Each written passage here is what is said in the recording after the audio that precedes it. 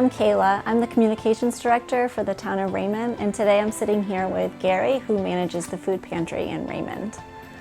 I'd like to talk with Gary today about the food pantry and how COVID-19 has affected his operations, but I'd also like to get to know Gary too first. Gary, how long have you been managing the food pantry? Well, I've been involved with the pantry for about 5 years or so, but as manager about 4 years. What started your involvement with the food pantry? Well, I had a forced retirement, and I was involved with the Raymond Lions. Some of the Lions were supporting the pantry. They brought me in. There was concern over pantry operations and how things were operating and what it looked like going down the road. Reverend Elmer, who was the proprietor of the pantry, took me under his wing, entrustment, and I've been building on that throughout. What are the hours of the food pantry?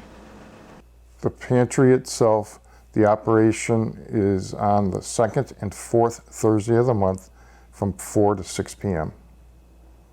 Are there eligibility requirements for the recipients? Yes, we follow TFAB requirements. The TFAB is a temporary emergency food program provided through Wayside and Good Shepherd. Also, we allow, some families will have a hardship in any given month, and they come to the pantry as well. You mentioned that a bulk of your products come from the Good Shepherd Food Bank and Wayside, but you also rely on local businesses. Yes, we do food rescue pickups once a week from both Hannaford and Shaw's out of North Windham. But we also have food drives that are done and donations dropped off from some of the local businesses. Good Shepherd's a big one. The Ready Care, one or two of the local daycare centers. PNF has done donations and food drives, and so has 302 Nutrition. One of the things I didn't want to forget is the Thomas Pond Christmas in July. That event brings in over 1,000 pounds of dry goods for that one event. How has COVID-19 affected your food supply? We don't receive as many donations from local groups because of the concern of transmitting.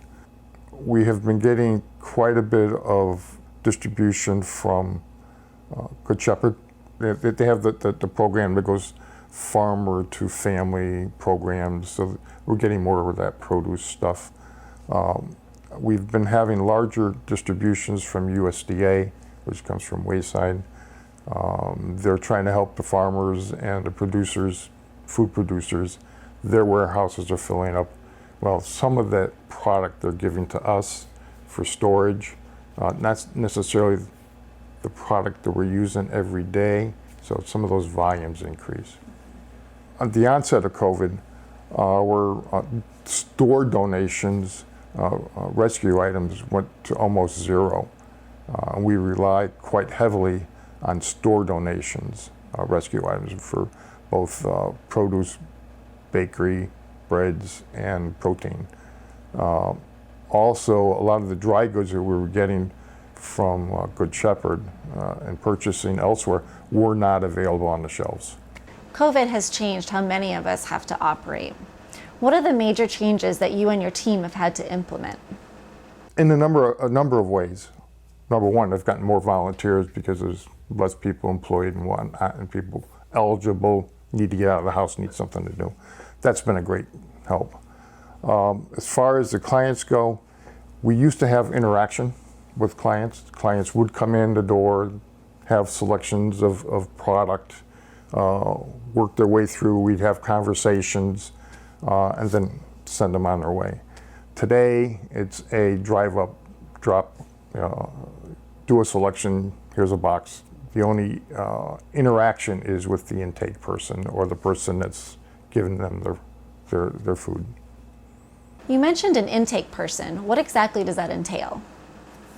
The intake person records who the individual is, number of people in the family, whether they're a senior or non-senior. And they also ask them, they have a checklist of food items or dry good items, select things that we can give them a choice to take. And they'll fill out, ask the questions, fill out the form, bring the form in to me, and then we start the process of putting their stuff together. Can you talk about your volunteers? Our volunteers are primarily driven through the local Lions group. I am a Lion.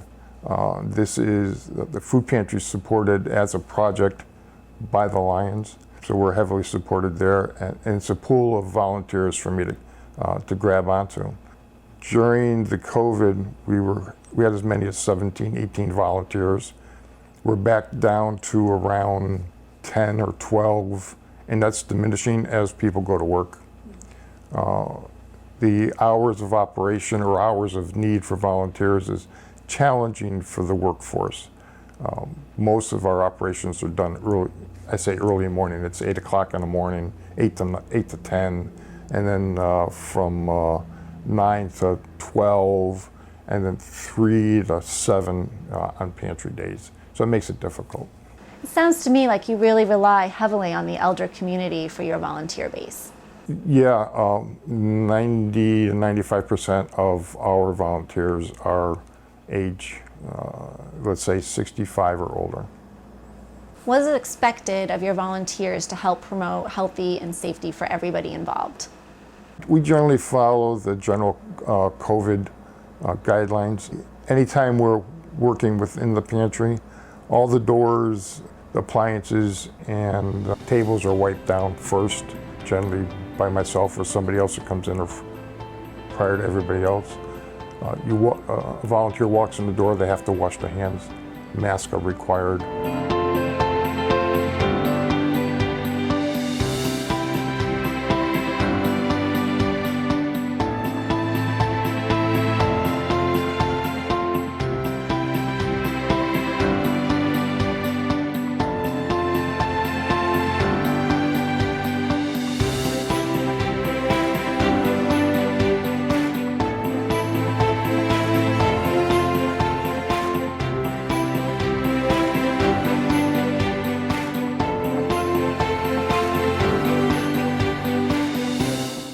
Gary, thank you for taking the time to speak with me today. It's been a pleasure. You're welcome, Kayla. It was my pleasure.